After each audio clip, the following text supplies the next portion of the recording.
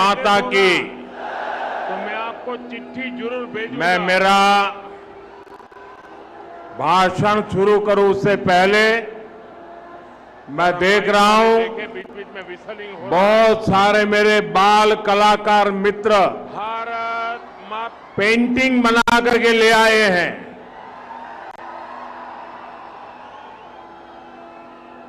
आगे की तरफ उसको भेज दीजिए। मेरे एसपी जी के साथी इसको कलेक्ट कर लेंगे और अगर पीछे आपका एड्रेस होगा तो मैं आपको चिट्ठी जरूर भेजूंगा।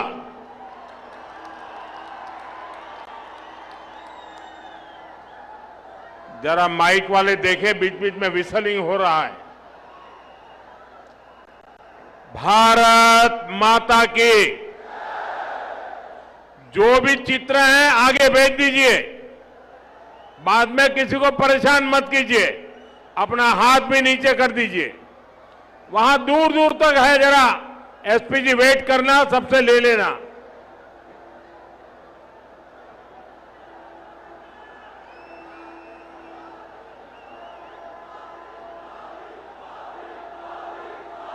उन बच्चों को आगे मत लाइए, चित्र भेज दीजिए। बच्चों को परेशान मत कीजिए।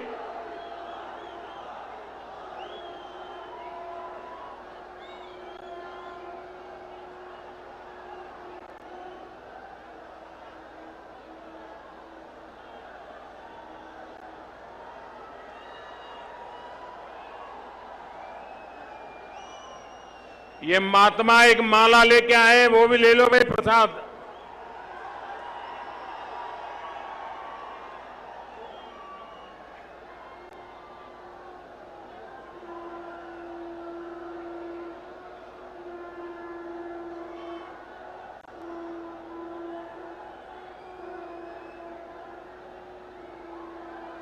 इस तरफ भी बहुत लोग लेकर कुछ न कुछ आए हैं।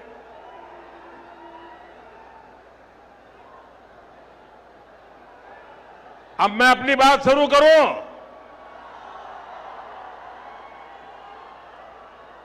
ये जो चित्र लेकर के आए अपना हाथ नीचे करें ताकि पीछे वालों को परेशानी ना हो।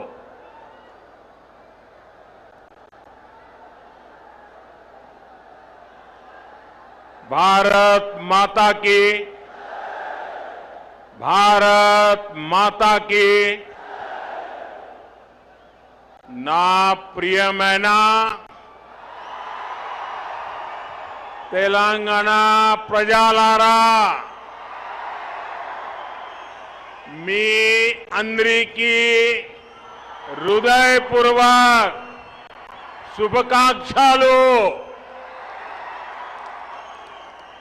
साथियों, कल मैं बंगाल में था।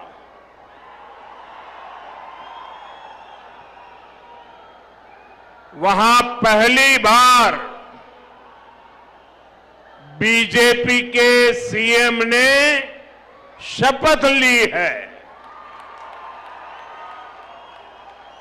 पहली बार बंगाल में प्रचंड बहुमत से बीजेपी सरकार बनी है।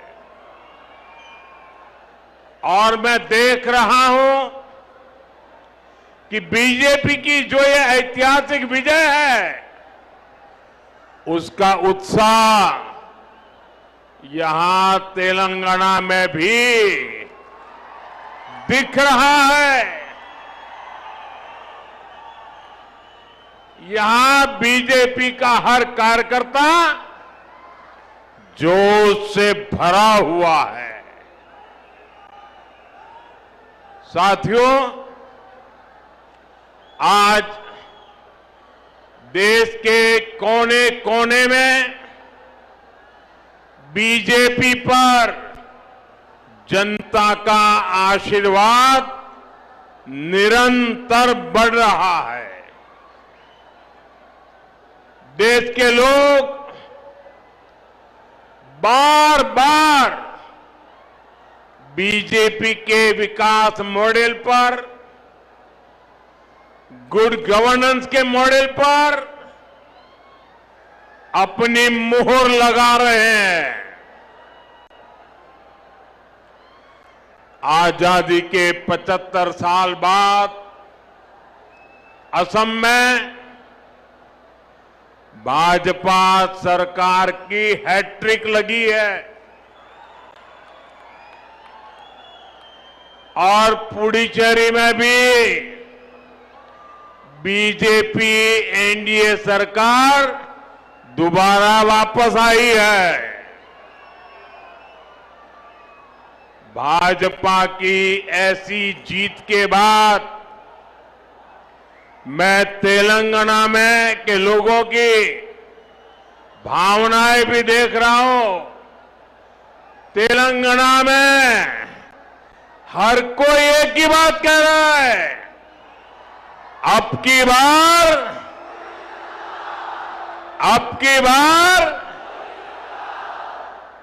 की बार तेलंगाना में भी। साथियों, भारत में हर साल किसी न किसी राज्य में चुनाव होता है। कोई हारता है, कोई जीतता है, और ये लोकतंत्र में बहुत स्वाभाविक है। ये लोकतंत्र का अनिवार्य हिस्सा है। लेकिन साथियों, बंगाल में बीजेपी की विजय का जितना उत्सव देश में है, जितनी चर्चा दुनिया भर में हो रही है, वैसी चर्चा पहले किसी जीत पर नहीं हुई है। इसका कारण यह है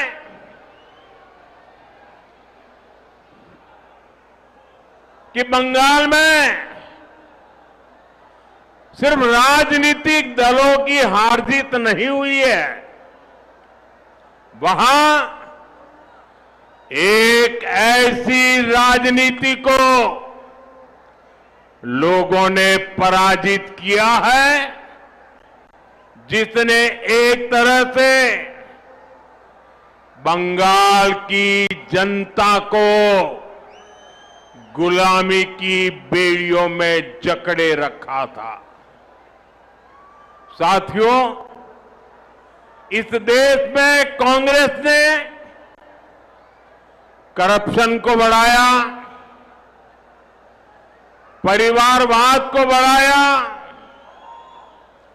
और संवैधानिक संस्थाओं का गला घोंटने का काम किया।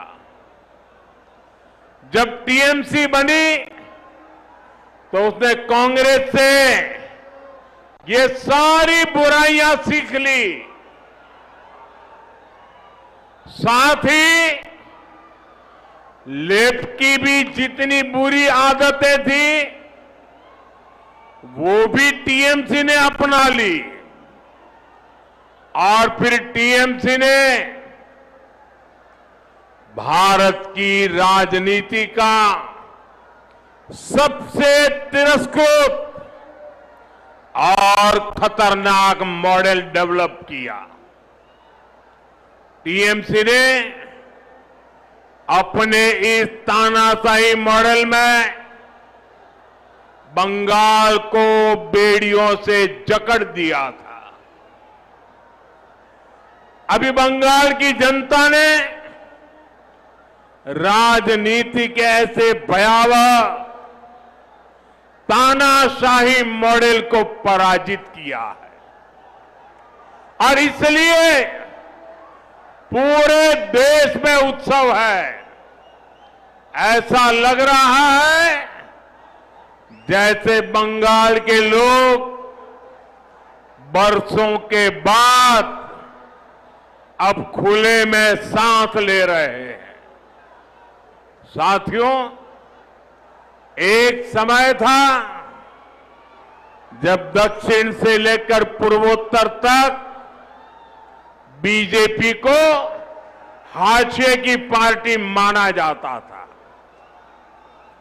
लेकिन आज भारत का जनमानस बता रहा है, विचार अगर राष्ट्र के लिए हो तो उसकी हुंकार को कोई सीमा रोक नहीं पाती।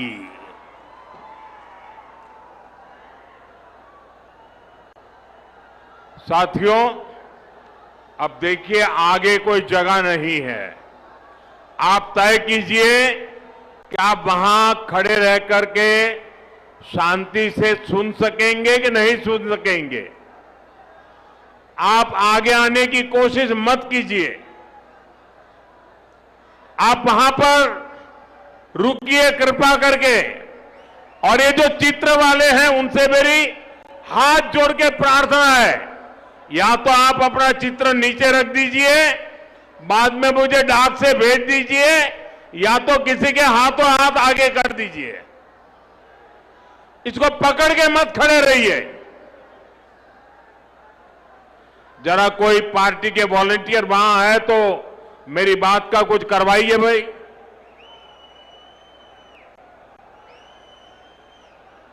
क्योंकि पीछे किसी को दिखता नहीं और उसके कारण लोग आवाज कर रहे हैं।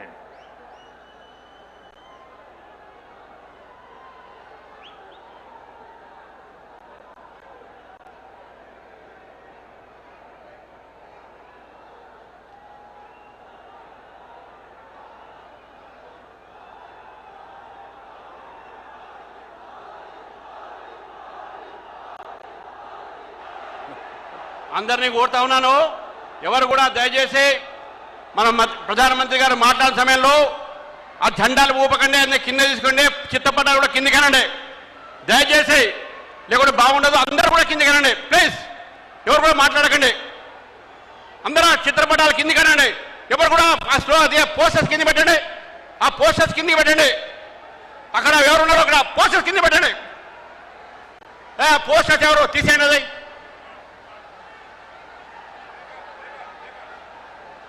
तेलंगाना के मेरे भाइयों बहनों, मेरे नौजवान साथियों, ये आपका प्यार मेरे सर आंखों पर।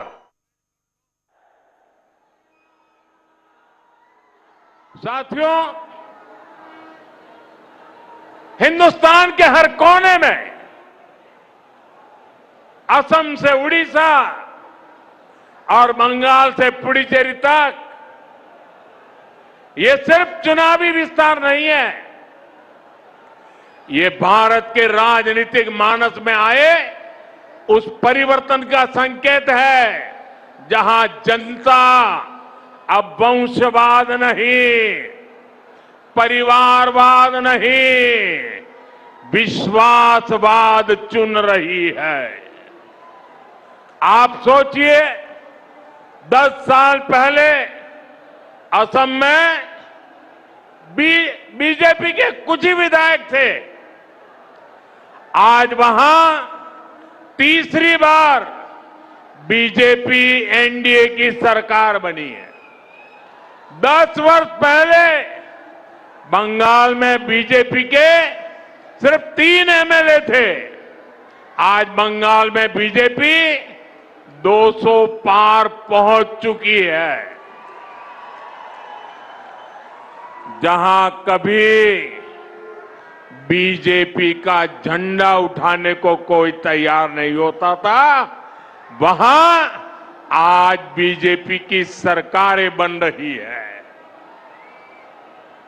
साथियों, तेलंगाना तो वो धरती है जिसने तब बीजेपी को पहला सांसद दिया था जब हमारे केवल 2 ही सांसद थे।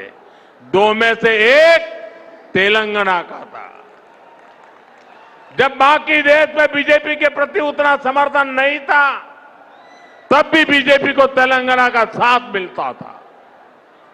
आज तो यहां से करीब आधे सांसद बीजेपी के चुने हुए हैं। यहां हमारे अनेक विधायक हैं। मुझे तेलंगाना की जनता और यहां के बीजेपी कार्यकर्ताओं पर पूरा भरोसा है। अगली बार यहां भी प्रचंड बहुमत से अगली बार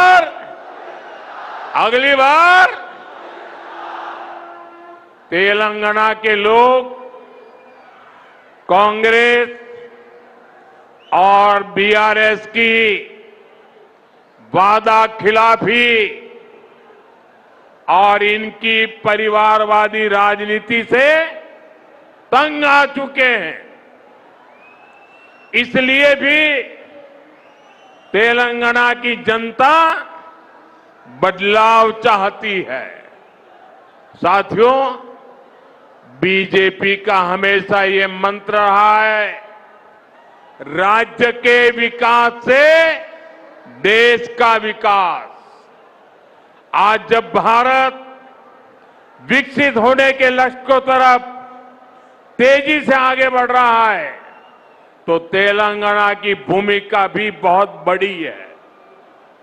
हमारा तेलंगाना, हमारा हैदराबाद विकसित भारत की यात्रा को गति दे, ये केंद्र की बीजेपी सरकार का, एनडीए सरकार का निरंतर प्रयास है।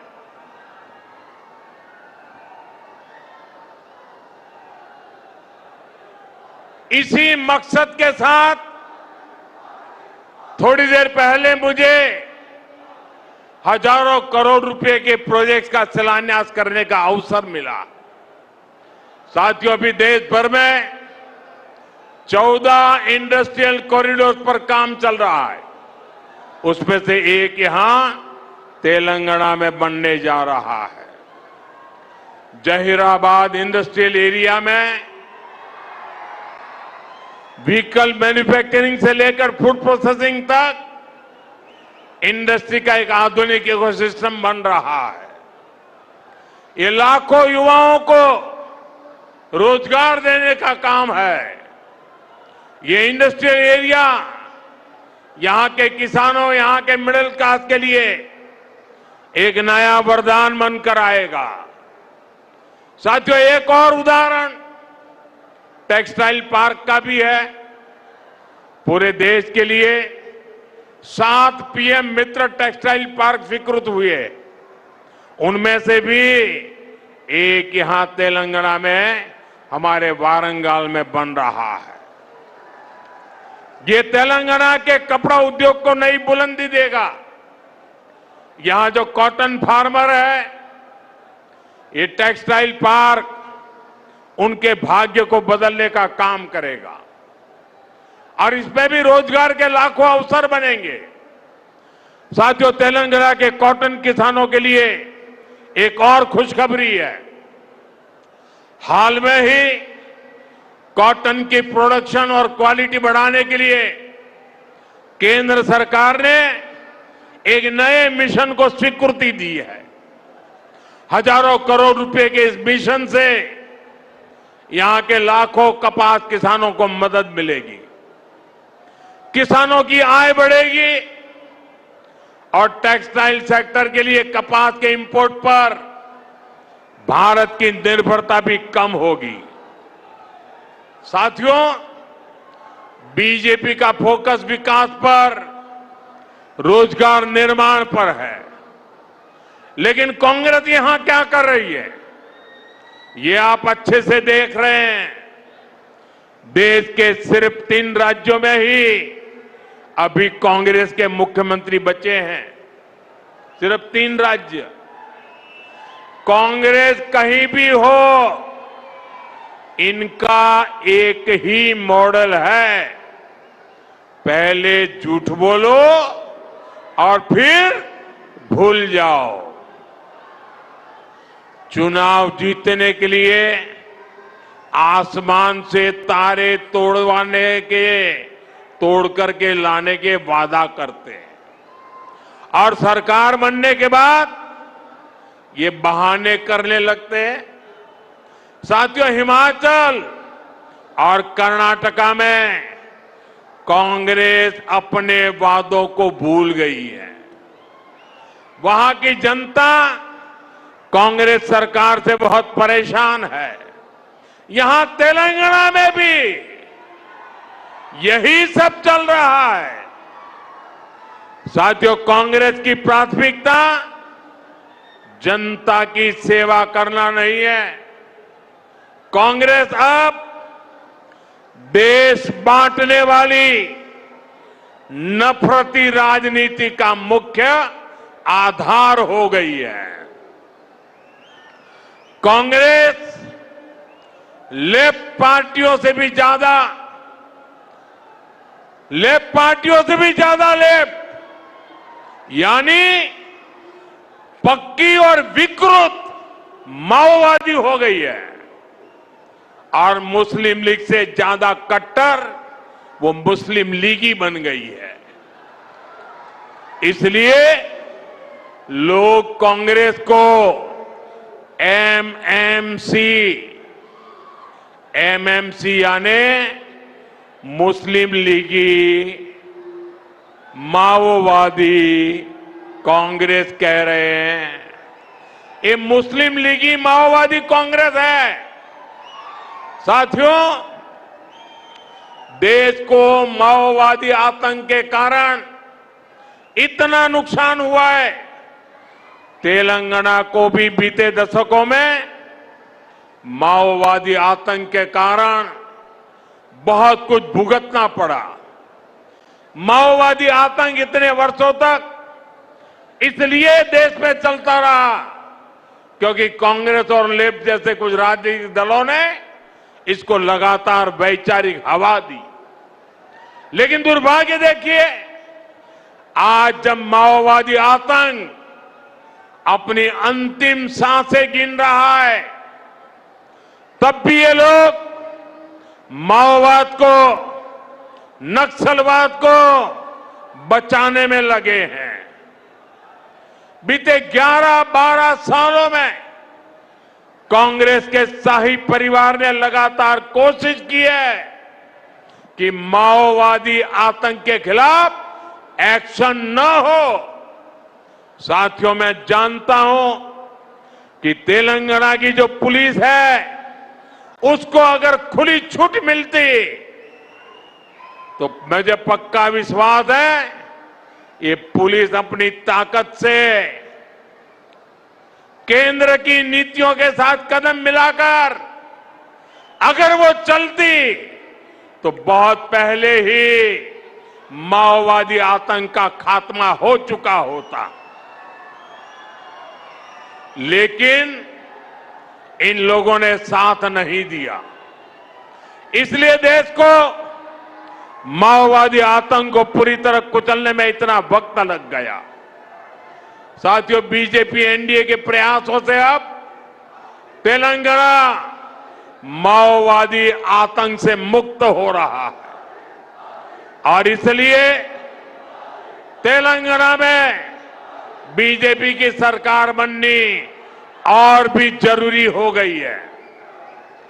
बीजेपी की सरकार यहां नई सोच, नए विजन और नए कमिटमेंट के साथ सरकार चलाएगी, जिसका लक्ष्य होगा विकसित तेलंगाना।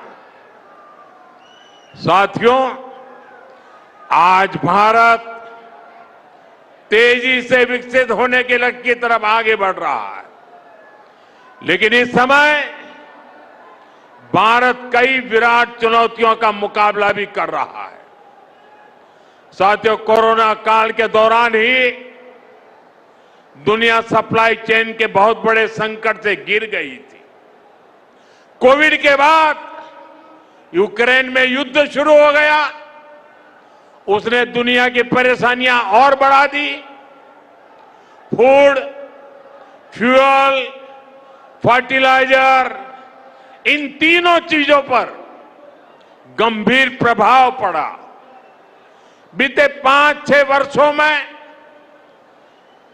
इस संकट से निपटने के लिए हमारी सरकार निरंतर प्रयास कर रही है।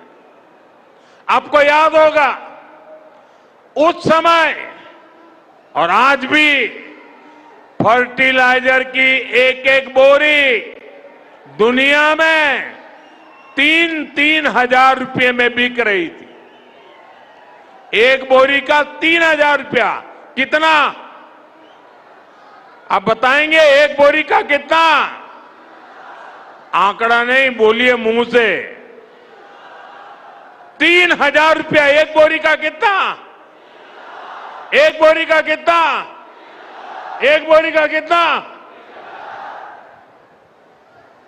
और भारत के किसानों को वही खाद की बोरी 300 से भी कम रुपये में दी जा रही है। 3,000 के सामने 300 रुपये में।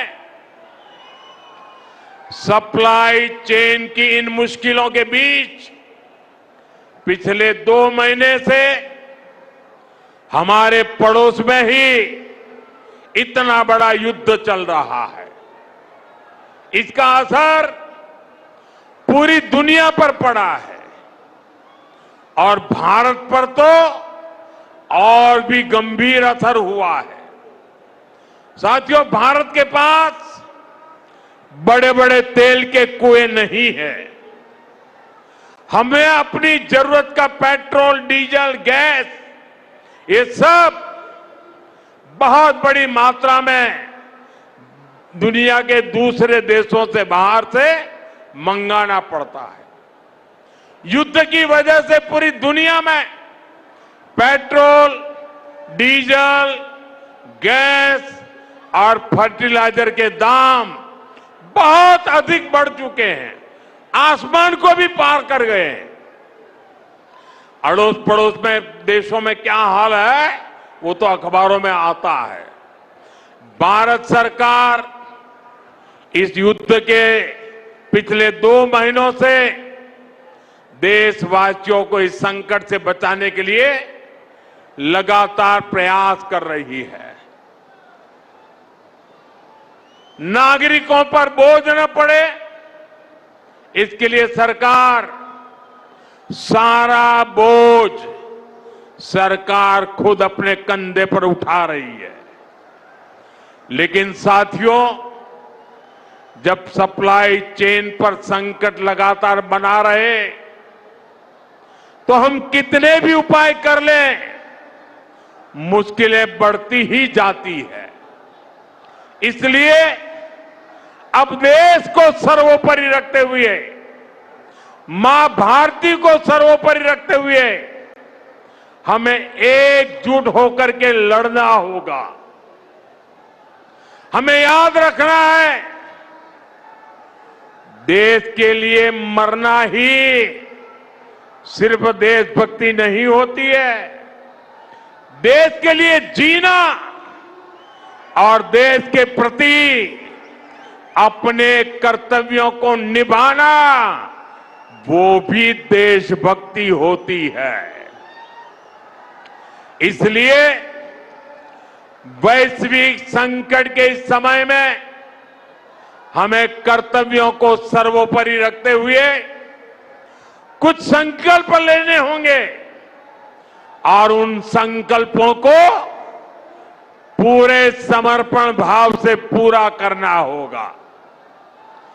जैसे एक बड़ा संकल्प है पेट्रोल डीजल का संयम से इस्तेमाल करना। साथियों, हमें पेट्रोल डीजल का उपयोग कम करना होगा। शहरों में जहां मेट्रो है वहां हम तय करें कि हम मेट्रो का ही उपयोग करेंगे, ज्यादा से ज्यादा मेट्रो में ही जाएंगे। अगर कार में ही जाना जरूरी है तो फिर कार पूल करने का प्रयास करें और भी लोगों को साथ बिठा ले।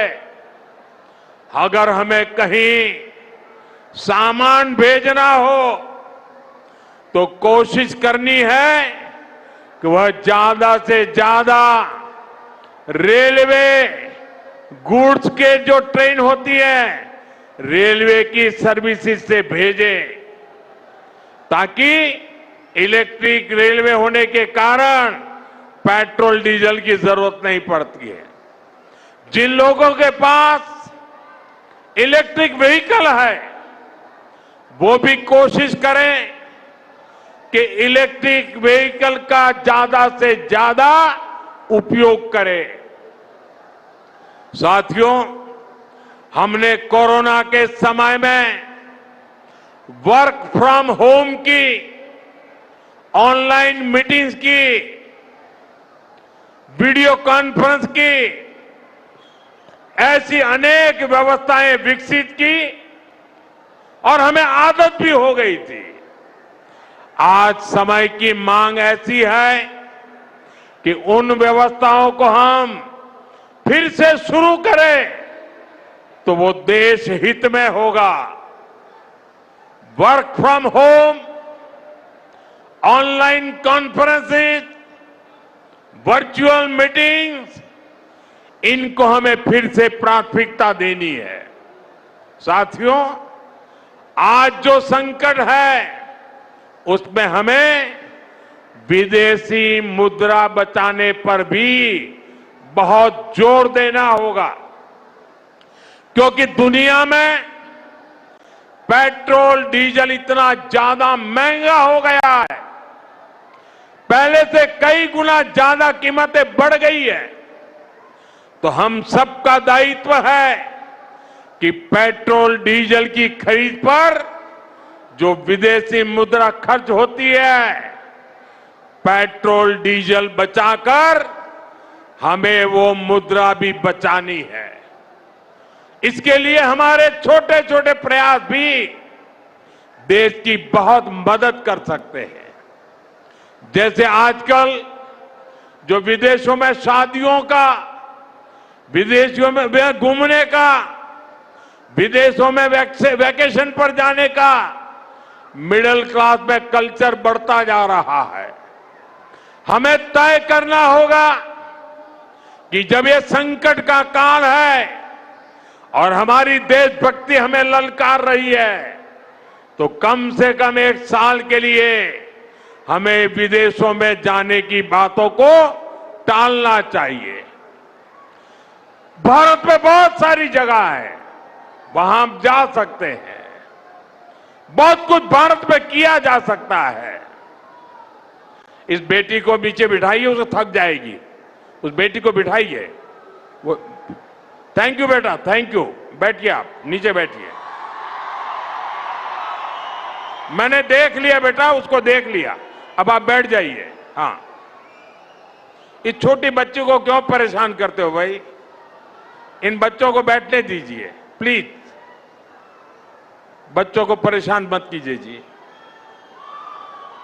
साथियों, हमें विदेशी मुद्रा बचाने के जो भी रास्ते हम लोग अपना सकते हैं, हमें बचाना होगा।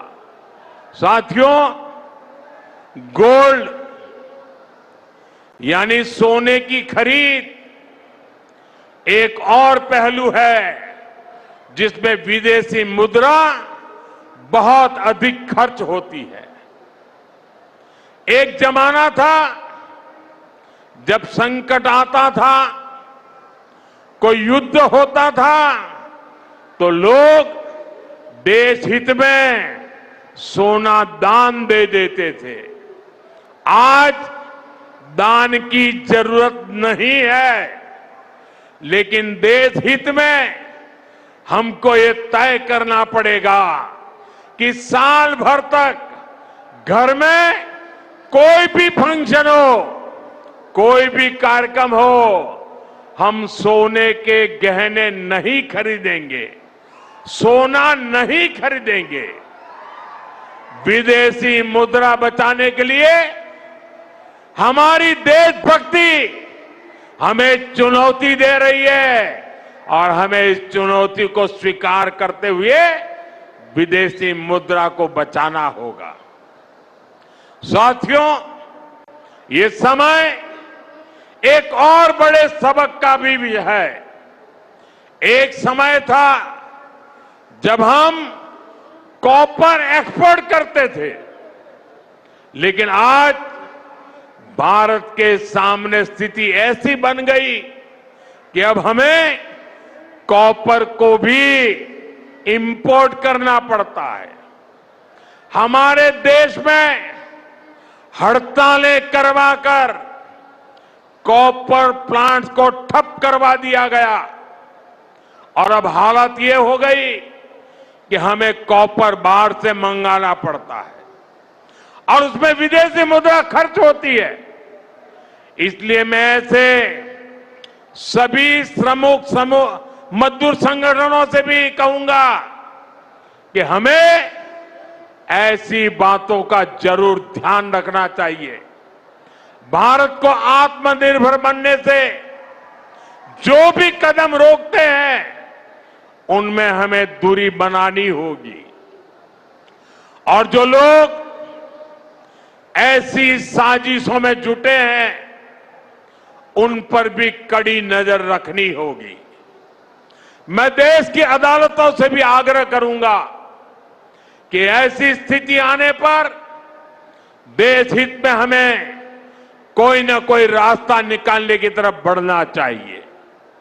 साथियों, ऐसे ही खाने के तेल का भी है। इसके आयात के लिए भी बहुत बड़ी मात्रा में हमें विदेशी मुद्रा खर्च करनी पड़ती है। हर परिवार अगर खाने के तेल में खाने का तेल का जो उपयोग करता है अगर वो कुछ कमी करे, मैंने बार बार कहा है 10% कम करो।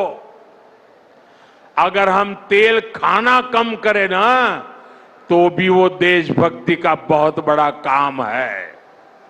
आप देश सेवा में योगदान दे सकते हैं और इससे देश सेवा भी होगी और देह सेवा भी होगी। इससे देश के खजाने का स्वास्थ्य भी सुधरेगा और परिवार के हर सदस्य का स्वास्थ्य भी अच्छा रहेगा। साथियों, विदेशी मुद्रा की खपत वाला एक और सेक्टर हमारी खेती है। हम बहुत बड़ी मात्रा में बाहर से केमिकल फर्टिलाइजर इंपोर्ट करते हैं। केमिकल फर्टिलाइजर खेती के कारण हमारी धरती मां को बहुत पीड़ा हो रही है। हमारे खेत बर्बाद हो रहे हैं। अगर आज हम अपने खेत को नहीं बचाएंगे तो भविष्य में फसलों पर भी खतरा आ जाएगा। इसलिए बहुत जरूरी है कि हम केमिकल फर्टिलाइजर की खपत 25%, 30%, 40%, 50% उसको घटाए, आधी कर दें और हम उसके साथ साथ नेचुरल फार्मिंग की तरफ बढ़ें। हम फर्टिलाइजर का उपयोग कम करके विदेशी मुद्रा भी बचा सकते हैं और साथ साथ अपने खेत को बचा सकते हैं, हमारी ये धरती मां को बचा सकते हैं और यह हमें करना ही होगा। आज वैश्विक संकटों से जो चुनौतियां आई है, हमें उन चुनौतियों को परास्त करना होगा। साथियों, भारत सरकार खेतों में डीजल पंप की जगह सोलर पंप की योजना चला रही है। हम खेतों में डीजल पंप की जगह सोलर पंप का उपयोग करने का जोर देना होगा। मैं कोविड काल में भी आग्रह करता था कि हम स्थानीय चीजें खरीदें, वोकल फॉर लोकल के मंत्र को लेकर चले। हम मेड इन इंडिया चीजें खरीदकर भी विदेशी मुद्रा बचा सकते हैं और हमारे देश में स्थानीय उत्पादन की कोई कमी नहीं है। चाहे जूते हो, पर्स हो, बैग हो, हमें स्वदेशी पर बल देना चाहिए। और मैं ये नहीं कह रहा कि जो आपके पास विदेशी चीजें खरीदी हुई है, विदेशी ब्रांड की है, उनको जाकर के फेंक दो, ऐसा मैं नहीं कह रहा हूं। लेकिन मेरा आग्रह है कि नए विदेशी प्रोडक्ट हमें नहीं खरीदने चाहिए। और वाकई हमें कई बार अंदाजा तक नहीं होता कि रोजमर्रा की कितनी सारी चीजें विदेशी है जो हम ऐसे ही यूज कर रहे हैं।